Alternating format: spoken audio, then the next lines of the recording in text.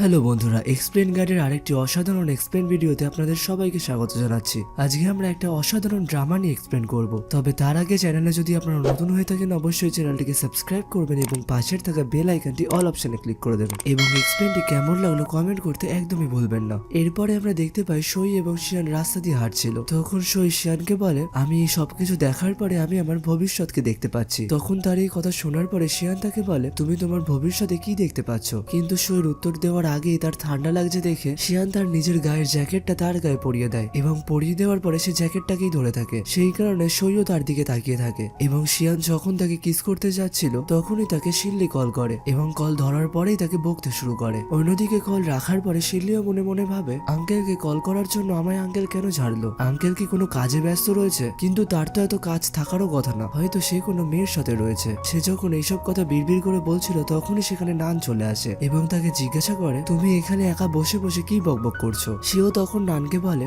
যদি কোনো ছেলে কোনো মেয়ের সাথে কথা বলে এবং তার মাঝখানে যদি অন্য কেউ কল করে তাহলে সেই ছেলেটা তাকে খুব বকাবকি করে। তার এই কথা শোনা মাত্রই নান তার বয়ফ্রেন্ডকে কল করে এবং তার বয়ফ্রেন্ডও শিয়ানের মতনই তাকে বকাবকি করতে শুরু করে। এইসব কথা শোনার পরে সে আবার শিনলির কাছে আসে এবং বলে, তুমি যে কথাগুলো বললে ওগুলো কি ঠিক কথা? তখন তার কথায় শিনলিও মাথা নাড়ে এবং তখন তার কথা শোনার পরে নানও সেখান থেকে চলে যায়। এরপরে নান যখন সেখান থেকে চলে যায় তখন শিনলি ইউকে মেসেজ করে এবং তাকে বলে, আমি তোমাকে যে গিফটটা পাঠিয়েছিলাম ওইটা কি তুমি পেয়ে গেছো? নানও তখন তার এই মেসেজ দেখার পরে বুঝতে পারে সেই অ্যালবামটা হয়তো তাকে গিফটে শিনলেই পাঠিয়েছে। তখনই ইউ শিনলিকে বলে, এই গিফটটা প্রচন্ড দামি গিফট, সেই কারণে তুমি এটা নিয়ে যাও। তখন তার এই কথা শোনার পরে শিনলি বলে, আমার কাছে আনন্দটাই বড় ব্যাপার নাকি টাকা পয়সা। এরপরে যখন সে ইউকে ডিনার করতে যাওয়ার কথা বলে তখন সঙ্গে সঙ্গে ইউ তার কথায় মানা করে দেয়। সেই কারণে তার মনটাও একটু খারাপ হয়ে যায়। অন্যদিকে আমরা সই এবং শিয়ানকে দেখতে পারি তারা দুজনেই বাড়িতে চলে এসছে এবং সই যখন তার ঘরে ঢুকতে যাচ্ছিল তখনই শিয়ান তাকে আটকে দেয় এবং তাকে বলে, তুমি তো আমাকে সেই প্রশ্নের উত্তর এখনো দিলে না যেইটা আমি তখন করেছিলাম যে তুমি ভবিষ্যতে কি দেখতে পারছো। কিন্তু তখনও সে তার কোনো কথারই উত্তর দিচ্ছিল না এবং শিয়ান যেহেতু তাকে ছাড়ছিল না সেই কারণে সই কোটের মধ্যে থেকে নিজেই বেরিয়ে পড়ে এবং লজ্জায় ঘরের ভেতরে চলে যায়। এরপরে অন্যদিকে আমরা ইউকে দেখতে পারি যে অফিসে বসে কাজ করছিল। তখনই তার কাছে একটা খাবারের ডেলিভারি আসে এবং ডেলিভারি ম্যান ভেতরে ঢুকে বলে, হ্যান্ডসাম ইউ এর জন্য একটা খাবারের ডেলিভারি রয়েছে। তার এমন নাম শোনার পরে কলিগরা সবাই ইউর দিকে তাকিয়ে থাকে, এমনকি ইউ তখন চমকে ওঠে। এখানে আমরা দেখতে পারি এই খাবারগুলো ইউকে শিনলিই পাঠিয়েছে এবং শিনলিও তার নিজের খাবার ছবি তুলে ইউকে পাঠায় এবং মেসেজ করে বলে, তুমি এটাই মনে মনে ভেবে নাও যে আমরা একসাথেই খাবার খাচ্ছি, কারণ আমরা দুজনেই সেম খাবারই খাচ্ছি। এবং বলে, তুমি যদি পারো তাহলে তোমার খাবারের ছবিগুলো আমাকে পাঠাতে পারো। এরপরে যখন সে তার নিজের খাবারের ছবিগুলো তুলেও শিনলিকে পাঠায় তখন শিনলি দেখে বুঝতে পারে যে সে ঝাল খাবার বেশি খেতে পছন্দ করে না এবং বলে, এই খাবারগুলো যদি তোমার পছন্দ হয় তাহলে নেক্সট টাইম আমরা এই রেস্টুরেন্টে একসাথেই খেতে যাব। সে যখন তার সাথে কথাই বলছিল তখন প্রফেসর ইউ এর কলিগরাও সেখানে আসে এবং তাকে জিজ্ঞাসা করে, আপনাকে কি এই খাবারগুলো আপনার গার্লফ্রেন্ড পাঠিয়েছে? তখন সে তাদের বলে, না না, এগুলো আমিই অর্ডার করেছিলাম। এবং এই কথা শোনার পরে কলিগরাও সেখান থেকে চলে যায়। তার কলিগরা চলে যাওয়ার পরে ইউ যখন সেই রেস্টুরেন্টটাকে সার্চ করে দেখে তখন সে দেখতে পায় সেখানকার খাবারগুলো খুব দামি। সেই কারণে সে শিনলিকে বলে, আমি সবকিছু খেতেই পছন্দ করি, কিন্তু মেইন ব্যাপার এটা দেখতে হবে যে মানুষ কার সাথে বসে খাচ্ছে এবং তার সাথে সে কি আদৌ খুশি হয়ে বসে খাচ্ছে। এবং আমি মনে করি তোমার সাথে খুশি হয়ে বসে খাওয়ার লোকও তুমি তাড়াতাড়ি পেয়ে যাবে। এবং এই সমস্ত কথা শোনার পরে শিনলিরও মনটা খারাপ হয়ে যায় এবং তার চোখে হালকা হালকা জলও চলে এসেছিল। এর পরের দিন যখন সে ঘর থেকে বেরোচ্ছিল তখন সে তার ঘরের বাইরে শিয়ানকে দাঁড়িয়ে থাকতে দেখে এবং তাকে হঠাৎ দেখে সেও চমকে ওঠে। তাই জন্য সে শিয়ানকে জিজ্ঞাসা করে, তুমি এখানে কি করছো? তখন তার কথায় শিয়ান বলে, তুমি হয়তো ভুলে গেছো তোমার ঘরের সামনেই আমারও ঘর। এই কথা বলার পরে যখন সে সেখান থেকে চলে যাচ্ছিল তখন সইও তার পেছন পেছন যেতে থাকে। তারা যখন বাইরে বেরোচ্ছিল তখনই শিয়ানের ড্রাইভার সইকে এক কাপ কফি দেয় এবং বলে, আপনার জন্য শিয়ান এই কফিটা পাঠিয়েছে। তার এই কথা শোনা মাত্রই সই শিয়ানের দিকে তাকায় এবং শিয়ান যখন তার ড্রাইভারের দিকে তাকায় তখন তার ড্রাইভারও অন্যদিকে মুখটা ঘুরিয়ে নেয়। এরপরে শিয়ান যখন সবাইকে ইগনোর মেরে তার গাড়ির সামনে যায় তখন সে সইকেও ডাকে এবং বলে, তুমিও গাড়ির মধ্যে এসে বসো। তার এই কথা শোনার পরে সইও তার গাড়িতে এসে বসে। এরপরে সইর যেখানে আজকে ইন্টারভিউ নেওয়ার কথা ছিল সেখানে শিয়ানের গাড়ি তাকে নামিয়ে দেয় এবং এখানে আমরা জানতে পারি তার আজকে মিস্টার চ্যাং এর সাথে ইন্টারভিউ ছিল। এবং গাড়ি থেকে নামার পরে সে যখন মিস্টার চ্যাং এর অ্যাসিস্ট্যান্টের কাছে যায় তখন তার অ্যাসিস্ট্যান্ট তাকে চিনতেই পারছিল না। সেই কারণে সে যখন বলে, আমি কালকে শিয়ানের সাথে এসেছিলাম, এই কথা শোনার পরে সে তাকে চিনতে পারে এবং সে সইকে ভেতরে নিয়ে গিয়ে মিস্টার চ্যাং এর অফিসের সামনে দাঁড় করিয়ে রাখে এবং সে যখন মিস্টার চ্যাং এর সাথে কথা বলতে যায় তখন মিস্টার চ্যাংও তাকে জানায় তুমি তাকে বাইরেই ওয়েট করতে বলো। কিন্তু তখন সই তার জন্য বাইরে অপেক্ষা না করে সোজাই ভেতরে ঢুকে পড়ে এবং মিস্টার চ্যাং তাকে দেখার পরে জিজ্ঞাসা করে তুমি এখানে এসছো। এখানে আমরা জানতে পারি মিস্টার চ্যাং কখনোই সইকে দেখেনি। তখন তার কথায় সই বলে আসলে আমি শিয়ানের খুব ভালো বন্ধু, সেই কারণেই আমি তার সাথে কালকে এসেছিলাম। তখন তার কথায় মিস্টার চ্যাং বলে তোমার তো ফ্রেন্ড সার্কেল খুব বড়, তুমি শিয়ান এবং তার কোম্পানির সবাইকে চেনো। কিন্তু চ্যাং এর এই সমস্ত কথা সই এড়িয়ে চলে যায় এবং যখন সে মিস্টার চ্যাং এর ইন্টারভিউ নিতে বসে সে মিস্টার চ্যাং কে এমন এমন কোশ্চেন করছিল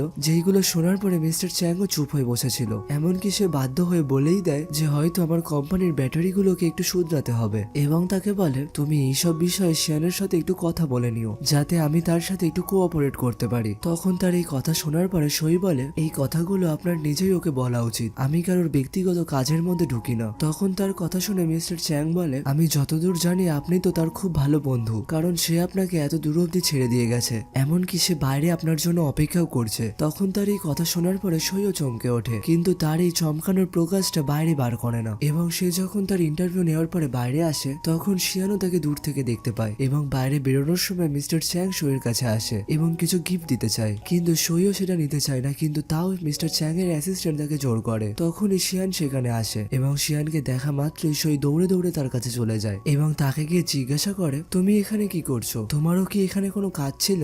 অন্যদিক থেকে শিয়ানও তার কথায় মাথা নাড়ে, কিন্তু সই তো এখানে আগে থেকেই জানে যে শিয়ান তার জন্যই অপেক্ষা করছিল এবং তারা দুজনেই যখন গাড়ির দিকে যাচ্ছিল তখনই সইয়ের কাছে তার মার কল আসে এবং তার মা ফোন করে ইউর ব্যাপারেই বলতে শুরু করে যে তুমি তার সাথে ডিনারে গেছিলে কিনা। তার মার বলা এই সমস্ত কথাই ফোনের বাইরে থেকেও শোনা যাচ্ছিল, এমনকি শিয়ানও এই সমস্ত কথাগুলো শুনছিল। অন্যদিকে সইও এই কথাটা জানতো যে তার মোবাইলের কথাগুলো বাইরে থেকেও শোনা যায়। তার মার বলা এইসব কথা শোনার পরে সে একটু জেলাস ফিল করে এবং রেগে গিয়ে গাড়ির মধ্যে চলে যায়। অন্যদিকে আমরা প্রফেসর ইউকে দেখতে পারি যে সবারই ক্লাস নিচ্ছিল এবং ক্লাস শেষ হওয়া মাত্রই দৌড়ে দৌড়ে তার কাছে শিনলি আসে এবং তাকে জিজ্ঞাসা করে আজকে কি তুমি আমার সাথে ডিনার করতে যাবে? তখন তার এই কথা শোনার পরে ইউ বলে তুমি আমার সাথে অফিসে এসো। তার এমন কথা শোনার পরে শিনলিও খুব খুশি হয়ে যায় এবং অফিসে যাওয়ার পরে ইউ শিনলিকে সেই অ্যালবামটাকে ফিরিয়ে দেয়। তখন শিনলি তাকে বলে আমি এই অ্যালবামটাও তোমার কাছ থেকে নিয়ে নিয়েছি, এবারে তো আমার সাথে তুমি ডিনার করতে যাবে। তার এই সমস্ত কথা শোনার পরে প্রফেসর ইউ তাকে বলে আমি জানি তোমার মনের মধ্যে কি ফিলিংস রয়েছে, কিন্তু আমরা একে অপরের জন্য ঠিক না, ভবিষ্যতেও তুমি আমাকে সেইভাবে ভালোবাসবে না যেমনটা তুমি এখন বাসছো।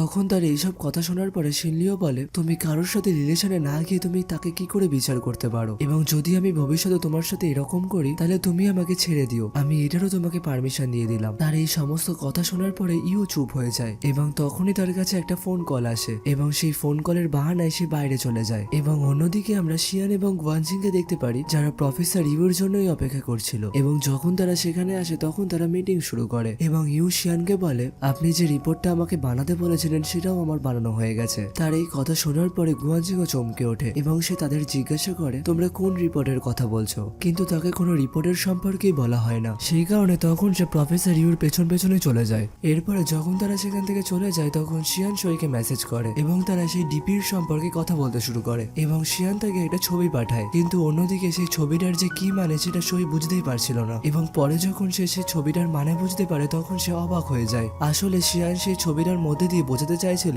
যে আমি তোমার জন্য আমার মনের দরজা খুলে দিয়েছি। এরপরে সই যখন তার ডিরেক্টরকে তার আউটলাইন দেখাতে যায় তখন সেই আউটলাইন দেখে ডিরেক্টর বলে তুমি এটাকে আরো ভালো করে তৈরি করো, কিন্তু তখন তার কথায় সই বলে আমি এইবার ইচ্ছা করেই এই স্টাইলেই করেছি এবং পরে ডিরেক্টরও তার কথা মেনে যায়। এরপরে সই যখন সেখান থেকে চলে যায় তখন ডিরেক্টর গুয়ানশিয়াংকে কল করে এবং বলে তোমার যদি কাজ হয়ে থাকে তাহলে আমি তোমাকে পিক করতে আসছি, কিন্তু গুয়ানশিং তখন তার উত্তরে বলে না থাকুক, আমি একাই চলে যেতে পারবো। এরপরে অন্যদিকে আমরা সইকে দেখতে পারি যে মিস্টার শুয়ের সাথে দেখা করতে তার কোম্পানিতে গেছে এবং কাউন্টারে যে দাঁড়িয়েছিল তাকে গিয়ে সই বলে আমি মিস্টার শুয়ের সাথে দেখা করতে চাই, আপনি একটু জেনে বলবেন যে তিনি কতক্ষণের মধ্যে ফ্রি হবেন। তখন সে মেয়েটি মিস্টার শুয়ের অ্যাসিস্ট্যান্টকে কল করে এবং এখানে আমরা দেখি সেই অ্যাসিস্ট্যান্টটা আর কেউ না শোয়ের এক্স বয়ফ্রেন্ডেরই গার্লফ্রেন্ড এবং সে যখন শোয়ের নাম শোনে তখন সে মনে মনে ভেবেই নেয় যে তাকে সে কিভাবে জ্বালাতন করবে। এবং অন্যদিকে সইও অপেক্ষা করতে করতে অনেক কাপই কফি খেয়ে নেয়, কিন্তু তাও সে মিস্টার শুয়ের সাথে দেখা করতে পারে না এবং তখনই তার সামনে দিয়ে শিয়ানের অ্যাসিস্ট্যান্ট যায় এবং তার অ্যাসিস্ট্যান্ট সইকে দেখে বলে আপনি এখানে কি করছেন? তখন সই তাকে বলে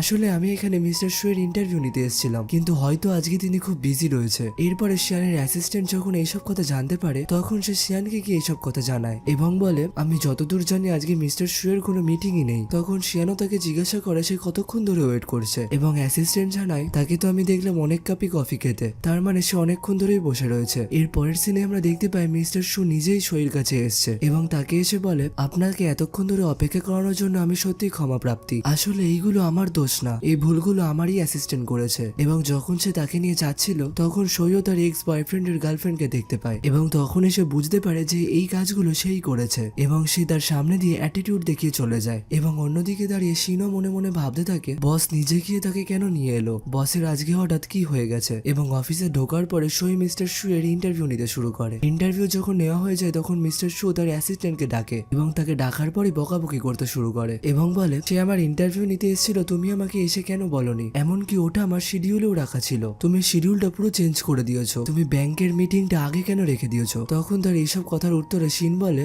আসলে আমি ভেবেছিলাম এই ইন্টারভিউটা অতটা জরুরি না যতটা সেই ব্যাংকের ইন্টারভিউটা। তখন তার এই কথা শুনে মিস্টার শু বলে, তুমি জানো না ইন্টারভিউটা কতটা জরুরি ছিল এবং সে কোনো সাধারণ মেয়ে ছিল না। এরপরে সরি চেয়ে যখন সে বাইরে আসে তখন সে ভাবতে থাকে তার জন্য আমি এত বকাবকি খেলাম এবং সে আমাকে কেন বললো যে সে কোনো সাধারণ মেয়ে নয়। এখানে আমরা দেখতে পারি মিস্টার শুকে শিয়ান কল করেছিল এবং কল করে তাকে বলে, আপনি আপনার শিডিউল অনুযায়ী যদি চলতে না পারেন তাহলে আপনি আপনার কাজটাকে ছেড়ে দিন। এবং এইসব কথা শোনার পরেই সে সইকে নিতে গেছিল। এবং অন্যদিকে আমরা সইকে দেখতে পারি যে লিফটের অপেক্ষায় দাঁড়িয়েছিল। যখন লিফট আসে এবং খোলে তখন সে শিয়ানকে দেখতে পায় এবং হঠাৎ শিয়ানকে দেখতে পেয়ে সে অবাক হয়ে যায় এবং সইকে দাঁড়িয়ে থাকতে দেখে শিয়ান বলে, তুমি কি অন্য কোনো লিফটের জন্য অপেক্ষা করছো। এই কথা শোনা মাত্র সে সঙ্গে সঙ্গে লিফটে উঠে পড়ে এবং এরপরে শিয়ান সইকে হাত ধরে তার নিজের অফিসে নিয়ে যায় এবং এইটা দেখে কোম্পানির সবাই অবাক হয়ে যাচ্ছিল। এরপরে শিয়ান সইকে তার নিজের অফিসে নিয়ে যায় এবং সে নিজেদের কাজ করতে বসে যায় এবং কিছুক্ষণ পরে সইয়ের জন্য এক কাপ কফি আসে। এই সবকিছুই বসে বসে শিয়ান লক্ষ্য করছিল, কিন্তু শিয়ান যখন তার দিকে তাকাচ্ছিল তখন সই তার দিকে তাকাচ্ছিল না এবং সই যখন তার দিকে তাকায় তখন মনে মনে ভাবে সে আমাকে এখানে ডেকে আনার পরে নিজের কাছেই ব্যস্ত।